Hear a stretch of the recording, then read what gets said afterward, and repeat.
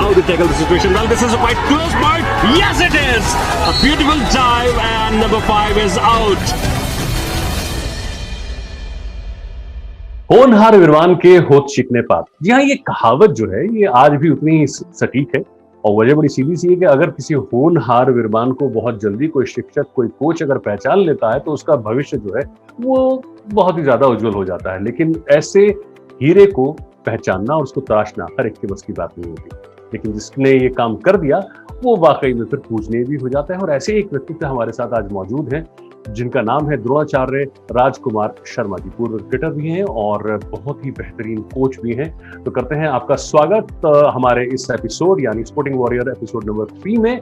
मेरे साथ हमेशा की तरह मेरे साथ मेरे को होस्ट हैं टीवी सुब्रमण्यम, जो कि पेलिकन्स क्रिकेट क्लब के जनरल सेक्रेटरी भी हैं। स्वागत है आप सभी का। पहला सवाल मैं आपसे पूछना चाहूंगा राजकुमार जी, बहुत लंबा सफर तय किया है आपने और जाहिर सी बात है जिस अंदाज में और जिस स्तर तक आप पहुंचे हैं, द्रोणाचार्य बने हैं और आपका जो चेला है वो वाकई में पूरे विश्व में तहलका मचा रहा है। ये कुछ प्लानिंग थी या ऊपर वाले का आशीर्वाद और अपनी मेहनत? नहीं, honestly speaking God has been very kind और ये भगवान का आशीर्वाद ही है कि I started as a cricketer myself and played for Delhi in Ranji Trophy और उसके बाद आई वेंट टू बांग्लादेश। वहाँ पे मैंने प्रोफेशनल क्रिकेट खेलना शुरू किया, साथ साथ कोचिंग भी शुरू की और उसके बाद मैं दिल्ली आया तो then I thought of starting my own academy. और अपनी एकेडमी एस्टैब्लिश करने से पहले मैं कुछ समय प्ले मेकर्स एक एकेडमी होती थी, that was the only academy in Delhi. मैं वहाँ पर कोचिंग करता रहा कुछ समय। उसके बाद फिर 30 मई 1998 को मैंने ये एकेडमी चालू की थी, वेस्ट दिल्ली क्रिकेट एकेडमी के नाम से। एंड आज अभी वो फ्लरिश कर रही है and I was fortunate to have Virat on the very first day of the academy और since then he is involved with me और आज भी वो उसी तरह है जैसे आज से 22 साल पहले था। बिल्कुल, ऊपर वाला करे ऐसे ही बना रहे और बहुत बढ़िया चले। आपके कुछ राज हैं हमारे पास और in fact I would like to invite Mani sir to expose all the raz of yours, especially the bowling one. Sir, you are most welcome. Please go ahead. Very good morning, Rajkumar. Fondly known as Raju in Delhi Cricket Circles. Pleasure to have you in this program. Thank you. Thank you. I'll start with your cricketing career first. When you played, I've seen you play for Sonet, Dena Bank, Delhi from a very young age. मैंने खुद notice नहीं किया, but I've discussed with a couple of cricketers, particularly Bhaskar Pillai, Vijay Bahadur, who might have seen you very closely. So Bhaskar used to say, Rajkumar used to bowl the दूसरा before all others. Early, very early. मैं and Vijay Bahadur ने भी ये बात कहा है कि आपका पूरा wrist use हो जाता तो I can show this. It is because of this flexibility, you know. It is that. And Maniji, I was fortunate that NCA also accredited me for this National Cricket Academy of India.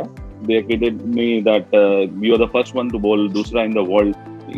Since I used to bowl before Sakleen, so that they did a video of it, and you know, in fact, there was a class going on in NCA, and I was attending that, and Australian professor was there teaching, and he said you cannot bowl a Dusra without bending your arm. So I said I can do it. So he said, "Can you show us?"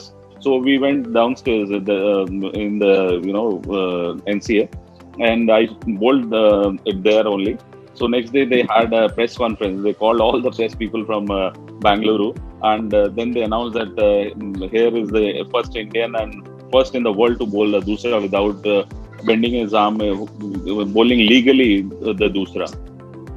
So have you found any student in your academy who can also do the same with a similar kind of wrist and something? No, not exactly. Though I want that somebody should learn it from me, but unfortunately, it is a difficult thing. Unless and until you have some disability or more of a flexibility, then only you can do it. Otherwise, if anybody wants to bowl it, it is going to, you know, the guy will check, you know.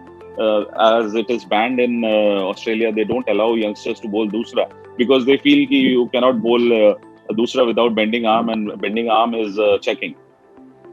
Right. Okay. So I look at it this way: you had a very classical action, so all the more very tough to bowl the Dusra. Now I'm coming to your coaching. Now you have said many things yourself. I don't have to ask those questions. I'm talking of Virat. Now as you say, he joined your academy right at the beginning. What was his age that time? He might have been about 12, 10, 12? No. He was 9 plus 9 year 2-3 months or something of that sort. When did 9.5. When did you really think at that young age, when he's young age, that he had it in him to go very high? What age you formed the opinion? Maniji, I would tell you, he was such a gifted cricketer. I said, if you remember, the first sentence I said that I was lucky to have him because he had that immense, natural ability. The God gift was there with him. So he looked different from the day one itself. But as it happens that many good players come to you and you feel that they can make it big, but sometimes they are not sincere, they are not hardworking, or sometimes their families are not supporting, or they are not willing to work hard. So, but in his case, say about after a couple of months or so, I could make out that this guy is special and he has that ability to move ahead, and he has that power. At that age, he had that power and the hunger to do well. So I thought, yes, he can make it big. And since then, he never, looked back, and he was such a hardworking guy that the world has seen what he has achieved now. The first glimpse of Virat I had was maybe when he was about 13. I had come to DDCA. Then there's an old cricketer of Delhi. He's a very good friend of mine, Gyaneshwar ji. So there was some practice going on. Niche practice ho raha tha. Gyaneshwar ji, I was just walking. He said, Gyaneshwar ji, कहते Mani इधर आना जरा ये बच्चे को देखो. I didn't know the name and all. So हम ऊपर वो गैलरी से देख रहे थे. So I saw this child playing brilliantly. Then I went and asked. He was Virat Kohli.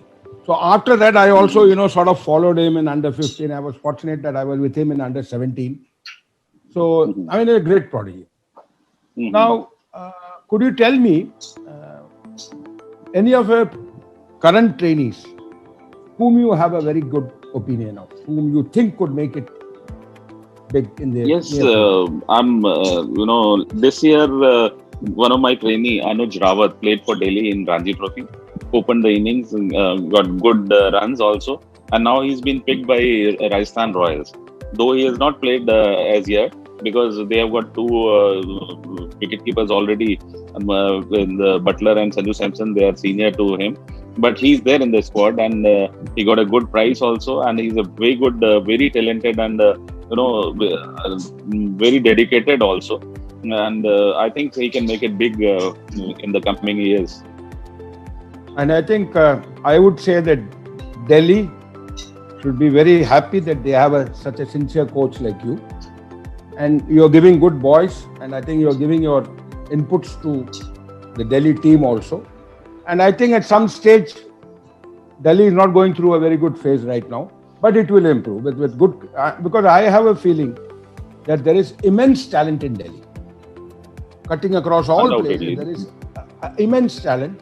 Although we really don't have a system of days cricket, but still we have youngsters coming and performing in Ranji Trophy and all that. So I'm really happy, and I would just best of luck, best wishes, our best wishes. Our club, as you know, Thank is you so much. affiliated to state for the last 40 years. So I'm really very happy you joined this show, and all the best in your future ventures. I'll now hand it over to Sudhir to continue the interview. Thank you very much sir. Thank you Manish ji. तो भैया आप cricket से थोड़ी सी जरा light movements उठा लेते हैं. मैं जानता हूँ बहुत सा एक प्यार मोहब्बत वाला मामला है, बड़े प्यारे प्यारे बच्चे हैं आपके. उनमें आपको कहीं कुछ टैलेंट दिखाई दिया, कुछ इंक्लिनेशन? ऑब्वियसली जब विराट घर आता जाता है या आपकी इतनी मूवमेंट रहती है इधर उधर, तो वहां पे कहीं कुछ इच्छा है कि क्रिकेट में आना है? नहीं, बेटा मेरा क्रिकेट खेलता है, बट अभी उसका 12th है, तो थोड़ा सा he is away because he starting 12th is a crucial year, तो उस करके थोड़ा सा वो है. डॉटर मेरी लॉन टेनिस खेलती थी पहले, अभी she is pursuing her this architecture, so she's into it. I have got 2 lovely children, that is all, and I have got a wife who is a homemaker, and that is all. We are 4 members in the family. I met both of your child. बच्चा दोनों बहुत प्यारे हैं. अब ऐसी ही कुछ प्यारी सी moments भैया, कुछ आपके जो कॉलेज टाइम की कुछ हो, कुछ ऐसी चीजें याद आती हो, आज भी मिस करते हो उनको? कुछ Definitely we miss PGDAV College and Sonnet Club. We used to practice in the morning at PGDAV College. वहीं पर शावर लेते थे वो ट्यूबवेल में, और वहाँ से फिर क्लब जाते थे. पूरा मुद्रिका का राउंड लगाकर यहाँ से टैगोर गार्डन ही में रहता था, यहाँ से आश्रम PGDAV कॉलेज होता था, वहाँ से करोल बाग हमारी प्रैक्टिस होती थी सोनेट क्लब की. तो पूरा दिल्ली का चक्कर हो जाता था. बाय द टाइम शाम को मैं और मेरे साथ शशिकांत तो एक विकेट कीपर होते थे, वो रमेश नगर रहते थे, तो हम लोग दोनों इकट्ठे 12.5 रुपए का पास होता था उस टाइम दिल्ली यूनिवर्सिटी का, वो यूज करते थे और डिफरेंट बसेस पकड़ के. एंड बाय द टाइम शाम को प्रैक्टिस करके आते थे तो इतना थक जाते थे कि कई बार वो मुझे याद आता है कि 856 नंबर बस होती थी जो हम करोल बाग से लेते थे, तो वो जहाँ खत्म होती थी सुभाष नगर में जाके, वहां पे हम लोग दोनों सोए हुए होते थे. बिकॉज सुबह से 8 बजे के गए हुए रात को 8 बजे आते थे, तो सो जाते थे बस में. तो फिर वो कंडक्टर उठाता था, भाई निकलो आप, कहाँ जाना था आपको. तो it was such a hard work that we did in our time, and God has been kind that it paid off. वैसे मुझे आपकी जो बात है उससे कुछ अपनी बातें भी याद आई कि जैसे हम लोग नेहरू स्टेडियम में प्रैक्टिस करने जाया करते थे पहले, तो यारी दोस्ती हो गई थी जो बस वाले थे उनसे. तो हमारे लिए वेट भी वो करते थे कि सपोज हम थोड़ा सा लेट हो गए, क्योंकि किट बैग भी होता था साथ में.